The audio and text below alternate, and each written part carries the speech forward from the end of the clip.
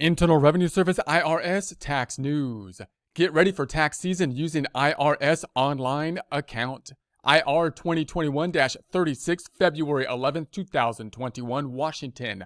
The Internal Revenue Service today reminded taxpayers they can securely access their IRS account information through their individual online account. So there's a link to the online account here. You can access some of the information that may be useful or helpful for your tax preparation in 2020 and going forward with the use of that account, which you can find on the IRS website at irs.gov, irs.gov, and you can have the link here to the online account as well. So the IRS regularly adds features to online account. For example, people can now check the amounts of their economic impact payment, EIPs, to help them accurately calculate any recovery rebate credit they may be eligible for in 2020 tax return.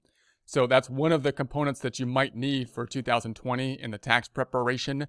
So that means that round 1 and round 2 of the economic impact payments went out in 2020. If everything went well with those, meaning they got it right, then you shouldn't need to do anything for your tax preparation in 2020 that you'll be doing in 2021. But if the economic impact payments were under what you should have gotten based on the 2020 information, then you can reconcile the difference with the recovery rebate credit. However, in order to do that, you might need to remember what exactly you got paid or what the economic impact payments that went out were for you in 2020 for round 1 and round 2. And that's one thing that they have added to the account here that you can check. You can provide it when you do your own tax return and possibly give it to the tax preparer to help them with that component of the tax preparation, which is, of course, new in 2020 for tax preparation that will be done in 2021. So the EIP, Economic Impact Payment Amounts, can be found on the Tax Records tab. So once you get into your account, it will be in the Tax Records tab. Amounts will show as, quote, economic impact payment, end quote, for the first payment and, quote, additional economic impact payment for the second payment. For married filing joint individuals, each spouse will need to sign into their own account to retrieve their portion of the payments. So what that means is obviously when they sent out the economic impact payments, they kind of applied it to an individual. But that means that if you're married, then you're thought of as basically one tax-paying individual, 2 people filing one return. So it was basically doubled. So for example, first economic payment, impact payment was $1,200 generally for an individual. If you're married, then you would have gotten, I believe, the $2,400, twice that amount. However, when you break it down, you really got twice that amount because you got 2 individuals filing the one tax return. So you can kind of think of it as the dollar amount per individual. So you might have to look at the 2 individual accounts to make sure you're picking up the correct economic impact payments for the tax preparation, which will of course be on a joint return. So for more information regarding the credit, see the Recovery Rebate Credit. There's a link to that here. That's going to be the credit that's kind of related to the economic impact payments. You can think about the economic impact payments round 1 and round 2 as basically prepayments of the Recovery Rebate Credit that is on the 2020 tax return that will be filed in 2021. So additionally, taxpayers can view the amount they owe updated for the current calendar day. So you can review the amounts you owe. It's going to be updated daily, they're saying. Their balance details by year, their payment history, and any schedule or pending payments, which could be useful if you want to check out, obviously, the payments that have been made, which might be necessary or something that could be useful for 2020 tax filing. Key information from their most recent tax return, details about their payment plan, if they have one. So if you set up a payment plan, meaning for whatever reason you couldn't pay the government, and if this was to happen, say in 2020, due to the circumstances in 2020, you file your taxes, for example, you owe taxes, you can't pay it because it's been a low year in 2020, then you still want to make sure to file the taxes and then set up a payment plan. Typically is what you would typically want to do, so that you don't incur further penalties and interest related to not filing and whatnot. And then obviously you can track that information related to any payment plans that might be updated on your account as well. Digital copies of select notices or letters from the IRS under the Message Center tab. So when the IRS sends out letters, they typically do it by mail, but it would be nice to have the electronic process of it. So it'd be good to have the letters there, because when the IRS takes action, they'll typically, send out a letter. You got so much time to respond, say 30 days. and then they'll send out another letter, and they'll slowly take action from there. So you want to be able, if you have letters from the IRS, to note what those are, what the dates are, and make sure that you're responding to them so that you can reduce penalties and interest and any kind of further action they might be taking. So they can also make a payment online, see payment plan options, and request a plan via online payment agreement, access their tax records via Get Transcript.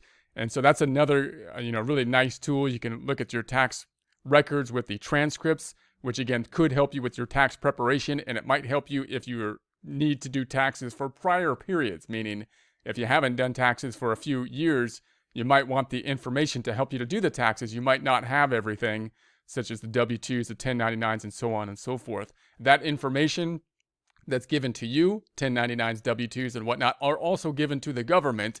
And therefore, if you're looking at a tax year that you need to kind of like reconstruct, you might be able to go to the IRS and get some of that information to help you basically reconstruct the tax records so you can actually file the tax return that in prior years possibly.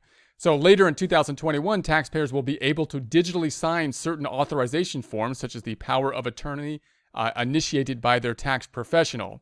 And this is another really nice tool because the power of attorney is what allows basically somebody such as a CPA or something like that to represent a client to some degree to the IRS in a similar way as a lawyer might represent a client to, say, a court. And they can make decisions or do certain things on behalf of the taxpayer acting as their agent. Now, normally you got to file the form to do that, the power of attorney type of form, and usually you need like a signature, and it's a handwritten form. If you can do that electronically, then that would make things a whole lot easier. It might allow people more access to representation to some degree. With that as well, so that could be useful. Here's how to get started for new users.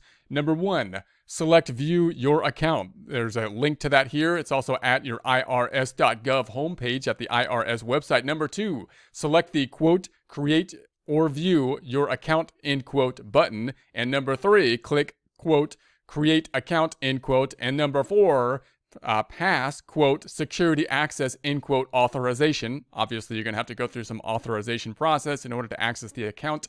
This is a rigorous process to verify that the taxpayers are who they say they are. They must be able to authenticate their identity to continue. See irs.gov/secure access. There's a link to that for details. So you want to make sure that when you try to access the account that you have what you need in order to do so to pass the authentication process. You might check out this link to check that out to see what you need before you go into it. And then number 5, you're going to create a profile. Once the initial authentication process is complete, returning users can use the same username and password to access their IRS online services such as Get Transcript and Get an Identity Protection PIN, PIN. That's an IP PIN if applicable. There's links to those items here. That identity protection PIN, I believe, is that second round of verification or confirmation that you might want to have to preemptively, or you can do it now preemptively possibly, to have something other than simply your social security number if you think that might be compromised and someone might try to steal your identity in order to file a fraudulent tax return, which causes a lot of problems and pain to try to fix that, because then now when you file your tax return, it will already been filed. So if you think there's information out there, someone has your social security number or something, they could file a fraudulent tax return or something like that, you may want to preemptively kind of stop that by getting a second PIN type number, and you could go here to basically do that. So you need 2 forms of authentication in order to process the tax return. So all password protected online IRS tools for the taxpayer are protected by multi-factor authentication, offering extra security precautions.